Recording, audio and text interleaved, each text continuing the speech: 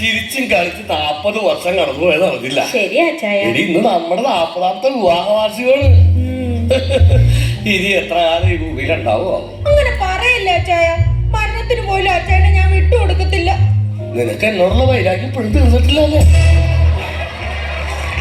അതല്ല അച്ചായ, ഈ വർക്കിച്ചനില്ലെങ്കിൽ ഈ ത്രേസ്യ കുട്ടി ഇല്ല. ഈ ത്രേസ്യ കുട്ടി ഇല്ലെങ്കിലോ? അതെനിക്കൊന്ന് ആലോചിക്കേണ്ടി വരും. എന്താ? അല്ല എനിക്ക് ആലോചിക്കേണ്ടി വരും. അല്ല, നിങ്ങളുടെ കൂടെ ഇറങ്ങി വന്ന എനിക്ക് ഇത് തന്നെ വേണം. നിങ്ങൾക്കറിയോ, എന്നെ ചേച്ചിയെ ഒരേ കുടുംബത്തിലേക്ക് കെട്ടിച്ചു വിടണമെന്നായിരുന്നു എന്റെ അപ്പച്ചാരുടെ അമ്മച്ചിയുടെ ആഗ്രഹം. അത് മതിയായിരുന്നേ. അതാവുമ്പോ ഒരു കുടുംബം നശിക്കുള്ളായിരുന്നു. നിങ്ങൾ ഇങ്ങനെയൊക്കെ തന്നെ പറയും, എനിക്കറിയാം. പക്ഷെ നിങ്ങളൊരു കാര്യം മനസ്സിലാക്കണം. ഞാൻ പോകുമ്പോഴേ ഒറ്റപ്പെടലിന്റെ വേദന നിങ്ങൾ മനസ്സിലാക്കുള്ളൂ. നീ ഇവിടെ ഇല്ലാത്തപ്പോഴും ഞാൻ ഒറ്റപ്പെടലിന്റെ സുഖമൊക്കെ ഞാൻ അനുഭവിച്ചറിയാറുണ്ട്. ഇനി നമ്മുടെ മക്കളൊക്കെ വരാറായി. നമുക്ക് കട്ടിയുള്ള കേക്കൊക്കെ എടുത്തിട്ട് വാ. നീ ഇവിടെ ചെല്ലി. ഇപ്പൊ വരാം.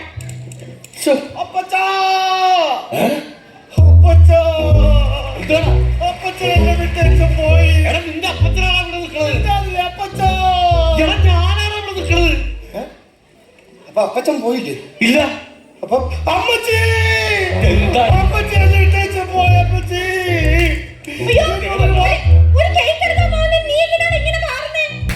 നിങ്ങൾ ആരെ പോയ ശരിക്കും? എന്താ നിനക്ക് പറ്റിയത്? പിന്നെ എന്തിനാ എമർജൻസി എന്ന് പറഞ്ഞ് വിളിച്ചു വരുന്നത്? ഇവിടെ കത്തിക്കാനായിട്ടൊരു എമർജൻസി ലാബ് വേണം. അതുകൊണ്ട് വരാനില്ല നിന്നോട് ഞാൻ പറഞ്ഞോളൂ.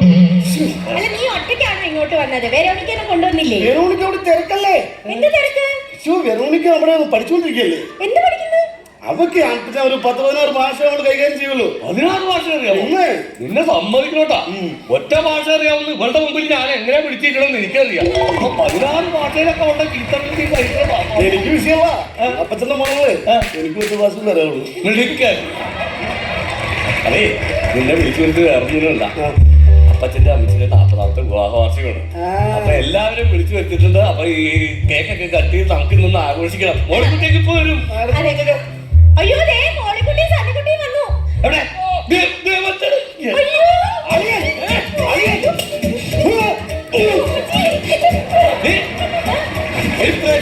നോക്കണി, അയ്യന്മാരുടെ സ്നേഹം നോക്കണി.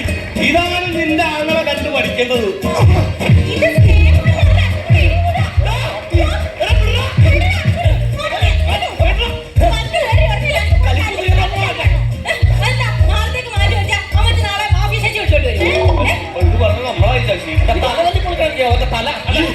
ഈ കറുപ്പാച്ചിനെ കെട്ടി തുടങ്ങണം ഞാൻ പറഞ്ഞേ.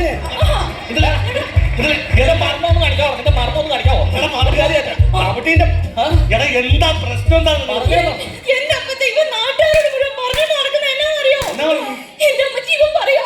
എനിക്ക് ഗൾഫിലുണ്ടല്ലോ ഒട്ടകത്തെ കറക്കുന്ന പണിയാണെന്ന്. അവിടെ ഈത്തപ്പനെ കയറുന്ന പണിയാണെന്ന്. അതൊക്കെ മോശമായി പോയാണ്. ഞാൻ സത്യത്തിൽ എന്താ നിൽക്കുക അവിടെ പണി? എന്റെ അപ്പത്തെ ഈ ഒട്ടകത്തെ കിടക്കാൻ ഞാനാ. ഇവിടെ ആ തെങ്ങുമ്പേ കയറുന്നതറിയാം.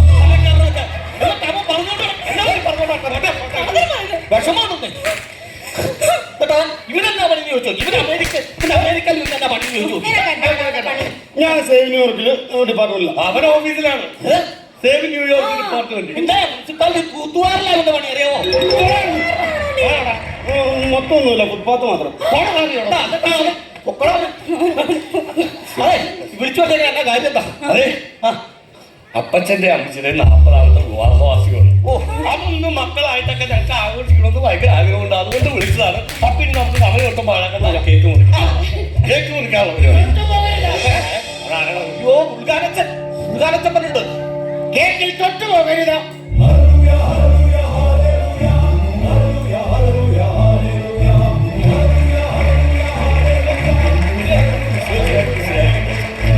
ഞാനില്ലാതെ കുമ്പസാരം നടത്തിയാൽ ഞാൻ ക്ഷമിക്കും. കുർബാന നടത്തിയാൽ ക്ഷമിക്കും. ഞാനില്ലാതെ ഫുഡ് അടിച്ചാൽ ക്ഷമിക്കില്ല. ഫുഡിന്റെ പരിപാടി കാണിക്കില്ല. നീ ദൂരെ പോകുക, നീ ദൂരെ പോകുക. നിന്നെ പോലുള്ള ജീവികളാണ് ഇവിടെ നിപ്പ വരുത്തുന്നത്. ദൂരെ പോകും, ദൂരെ പോകും. അറിയാക്കാൻ പോകാനല്ല, വക്കീൽ. വവ്വാലിലും വായുണ്ട്, വക്കീലിലും വായുണ്ട്. നീ ഇപ്പൊ വായുവിലൂടെയാണ് പറയുന്നത്. നീ വായെടുത്ത് മാറി നിൽക്കുക. അതെ, ഞാൻ പോട്ടൻ.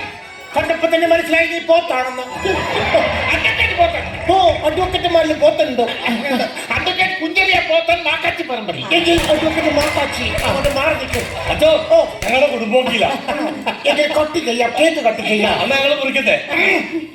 മകേഷ, സെൻട്രലിൽ നിൽക്കോ. ആ, സെൻട്രലിൽ. ഗ്രേസ്യ, ഇങ്ങോട്ട് മാറി നിൽക്കോ. ഞാൻ അടുത്ത് നിൽക്കാം. മാറി നിൽക്കോ. രണ്ടുപേരും ദൈവത്തെ നന്നായിട്ട് ധ്യാനിക്കുക. കത്തിയെടുക്കുക, ഒരുമിച്ച് കത്തിയിൽ പിടിക്കുക, 2 പീസ് കട്ട് ചെയ്യുക. ഒന്നും കൂടി രണ്ടുപേരും ഓരോ പീസ് കയ്യിലെടുക്കും. എടുക്കൂ, 2 പീസും 2 കയ്യിലെടുക്കൂ. എടുത്തോ. പരസ്പരം നോക്കൂ.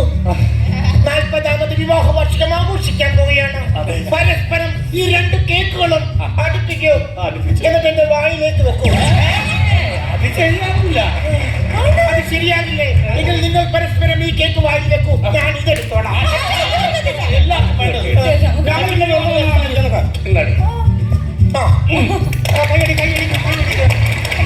എന്തായാലും 40ാമത് വിവാഹ വാർഷികം ആഘോഷിക്കുന്ന ഈ വർക്കിച്ചായൻ അദ്ദേഹത്തെ കുറിച്ച് ഈ വേളയില്ല അദ്ദേഹത്തെ കുറിച്ച് 2 വാക്ക് പറയാൻ ഞാൻ ആഗ്രഹിക്കുകയാണ്. അച്ഛാ 1 മിനിറ്റ്.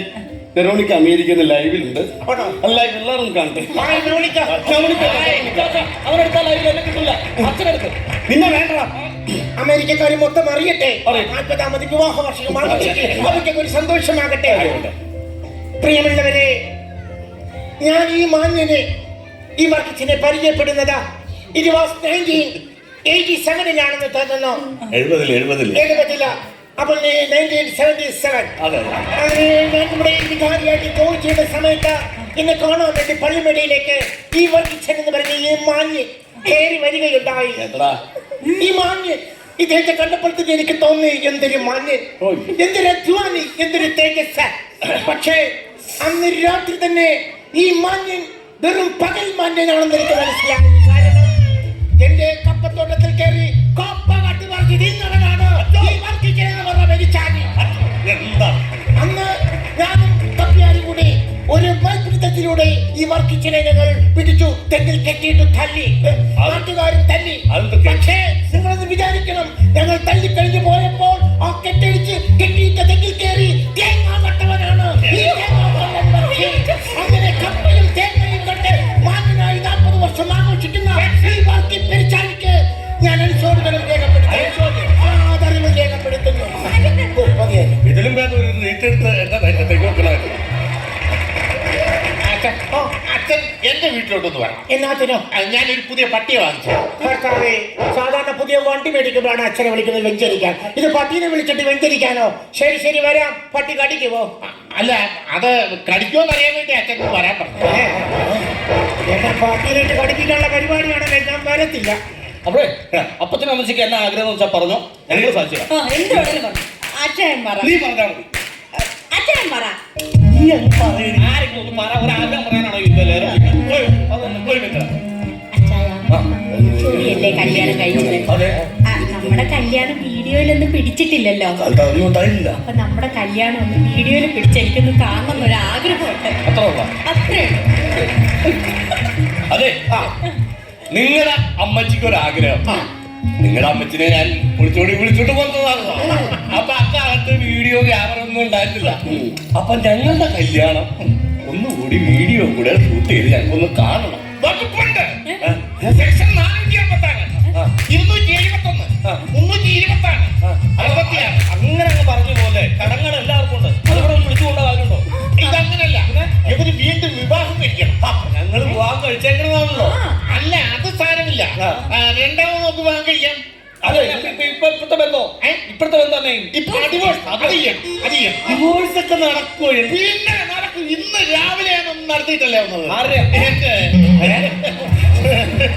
അങ്ങനെ നിങ്ങൾ തന്നെയാണ് ഇതൊക്കെ നടത്തുന്നത് സാധാരണ? അതെ, കഴിഞ്ഞ 32 വർഷമായിട്ട് എന്റെ പെണ്ണുപിള്ള എന്നെ പാത്രം കൊണ്ടെറിയുക. പാത്രം കൊണ്ട് 32 വർഷമായിട്ട് പാത്രം കൊണ്ടെറിയുന്ന പാത്രം കൊണ്ടെറിയുക. ഇന്നാണോ ഡിവേഴ്സിന് പോയത്? അല്ല, അതെ, ഈ അടുത്ത കാലത്താണ് ഉന്നം കിട്ടിയത്. അല്ലെങ്കിൽ ഇത് ഡൈവേഴ്സ് ചെയ്തിട്ട് ഞങ്ങൾ രണ്ടാമത് കല്യാണം കഴിക്കണം. നടക്കണ കേസാണ് ഇത്. പെട്ടെന്ന് വീഡിയോ എടുക്കാം. അത് കല്യാണം കഴിക്കുമ്പോൾ വീഡിയോ എടുക്കണല്ലോ, ഫോട്ടോ എടുക്കണം, അങ്ങനെ ലവ് സീൻ പിടിക്കണം. അങ്ങനെ എന്താ ചെയ്യേണ്ടത് പറയും. അപ്പൊ അതിനുള്ള ഒരു പറഞ്ഞാൽ അച്ഛൻ ഇങ്ങോട്ട് കൊണ്ടുവരാം. ഇവിടെ ഇവിടെ ഉടനെ എന്നെ കല്യാണം കഴിപ്പിക്കോ? ശരിയാ കുരിശു വരയ്ക്കാൻ. Okay thanks. സെക്ഷൻ 446 പ്രകാരം ലീഗലി യുവർ ഓണർ മൈ കക്ഷിക്കാരൻ ഈസ് നോട്ടത്താൽ കുറ്റക്കാരൻ.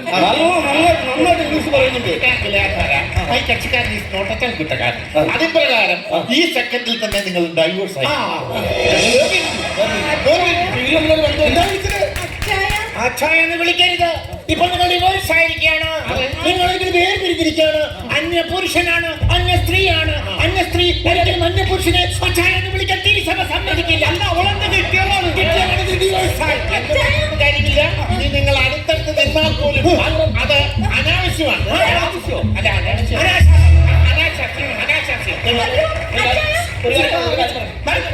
അന്യ ആൾക്കള്ളു പറഞ്ഞു ചീത്തപ്പനുണ്ടാക്കുക മാറി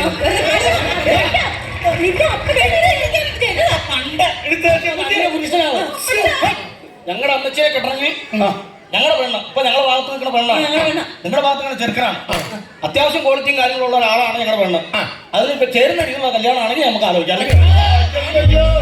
ഒരു അമേരിക്കക്കാരന്റെ കുടുംബത്തിലുള്ള ഒരു ചെറുക്കനാണ് നിൽക്കുന്നത്. എന്ത് എന്ത് എന്ത് തരും നിങ്ങളെ പെണ്ണുവീട്ടുകാർ? പെണ്ണുവീട്ടുകാർ എന്ത് തരും? ചെറുക്കൻ എന്നാണെന്നാണ് നീ എന്ത് ഗുണമുണ്ടാ ഈ പെണ്ണ് നിൽക്കാൻ കാതല കൊള്ള എനിക്കൊന്നും വേണ്ട, ഞങ്ങളെ കെട്ടിച്ചാ മതി. എന്നെ പോയിട്ട് എന്നെ കോട്ടിനോട് പറഞ്ഞു കഴിഞ്ഞാൽ ഇത്രയും നല്ല ചേട്ടനെ എവിടെ കിട്ടാനാ? പെണ്ണെ വേണ്ട, പെണ്ണ് വീട്ടിൽ നിന്ന് മൂത്ത് തറച്ചോട്ടെ. മൂത്ത് കളിച്ചാൽ ഞങ്ങൾ അവിടെ നിന്നോളാം.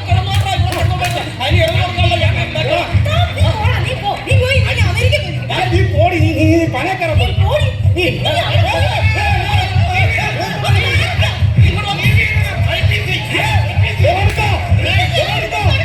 ഞാൻ പറഞ്ഞില്ല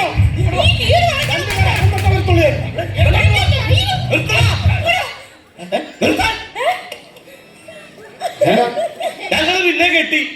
ഒരുത്തന്റെ സഹായമില്ലാതെ ഞങ്ങൾ കെട്ടി. അപ്പൊ ഒരു കാര്യം എന്നാണേലും നിങ്ങൾ എല്ലാം കഴിച്ച കാര്യങ്ങളൊക്കെ ശരി. ഇനി മക്കൾക്കുള്ള വീട് എന്നാന്ന് വെച്ചാൽ ഇപ്പൊ തന്നെ തിരിച്ചു തന്നെ അതെന്റെ മക്കൾക്കുള്ളതാണല്ലേ. അതറിയാം ആർക്കൊക്കെ എങ്ങനെയൊക്കെ ഉള്ളതെന്ന് പറഞ്ഞുതരാം. ഞങ്ങൾ എന്തായാലും രണ്ടാമത് കെട്ടിയതാണല്ലോ. അപ്പോ ഇനി ഞങ്ങൾക്ക് കുട്ടികളുണ്ടാവുമ്പോ ആ മക്കൾക്ക് ഞങ്ങൾ ആ സ്വത്തുക്കൾ കൊടുത്തേക്കാം. നല്ല തീരുമാനം. മധുരം കഴിച്ചു.